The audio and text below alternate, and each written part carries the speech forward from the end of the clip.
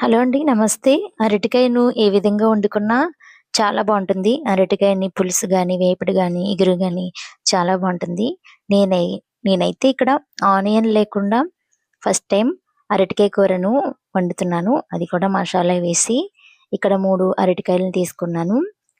అలాగే ఫస్ట్ అరటికాయ గ్రేవీ కోసం పుచ్చపప్పును ఒకసారి కడిగేసుకొని, వాటర్ వేసుకొని, ఈ విధంగా మిక్సీ జార్‌లో వేసుకొని, మిక్సీ ఆడేసుకొని పక్కన పెట్టేసుకొని, ఇప్పుడు అరటికాయలని తొక్క తీసేసి మీడియం సైజ్ ముక్కల కింద కట్ చేసేసుకున్నాను. పచ్చిమిర్చిని కూడా తీసుకున్నాను. ఇవి ఘాట్లు పెట్టేసుకున్నాను.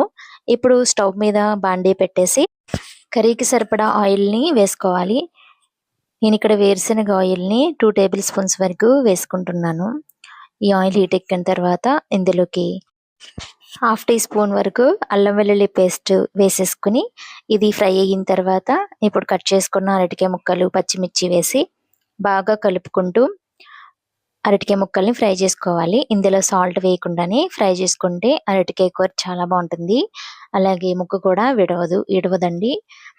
ఈ విధంగా బాగా కలిపేసుకొని ఫ్రై చేసేసుకున్న తర్వాత ముందుగా గ్రైండ్ చేసుకున్న పుచ్చపప్పు పేస్ట్‌ని వేసేసుకొని, తర్వాత కరివేపాకుని, అలాగే మీరు తినే కారాన్ని బట్టి యాడ్ చేసుకోండి కారాన్ని. మరి ఘాటైతే కొంచెము, ఘాటు లేనిదైతే 2 టేబుల్ స్పూన్స్ వరకు యాడ్ చేసుకోండి. ఇక్కడ 1 టేబుల్ స్పూన్ వరకే యాడ్ చేసుకొని, అరటికాయ ముక్కలకు కారం బాగా పట్టే విధంగా కలుపుకుంటున్నాను. ఒకసారి బాగా కలిపేసుకొని, ఇందులోకి తగినన్ని వాటర్‌ని యాడ్ చేసుకోవాలి ఇప్పుడు.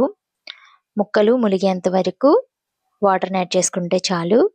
గ్రేవీకి సరిపడా వాటర్‌ని యాడ్ చేసుకొని, ఒకసారి బాగా కలిపేసుకున్న తర్వాత రుచికి తగ్గట్టుగా సాల్ట్‌ని ఇప్పుడు యాడ్ చేసుకొని, ఒకసారి ఉప్పుని కూడా చెక్ చేసుకొని, మీరు తినే సాల్ట్ ఏ విధంగా అయితే సరిపోతుందో అంతవరకు యాడ్ చేసుకొని, ఒకసారి బాగా కలిపేసుకొని, ఆయిల్ సెపరేట్ అయ్యేంత వరకు ఉడికించేసుకోవాలి.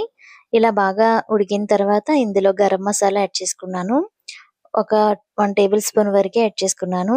స్పైసీనెస్ కావాలనుకున్న వాళ్ళు ఇంకొక స్పూను యాడ్ చేసుకొని, ఒకసారి బాగా కలిపేసుకొని, మరి ఒక 2 మినిట్స్ మూత పెట్టేసుకొని ఉడికించేసుకోవాలి.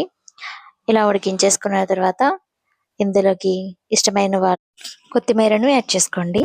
అంతేనండి, సింపుల్‌గా అరటికాయ కూర రెడీ.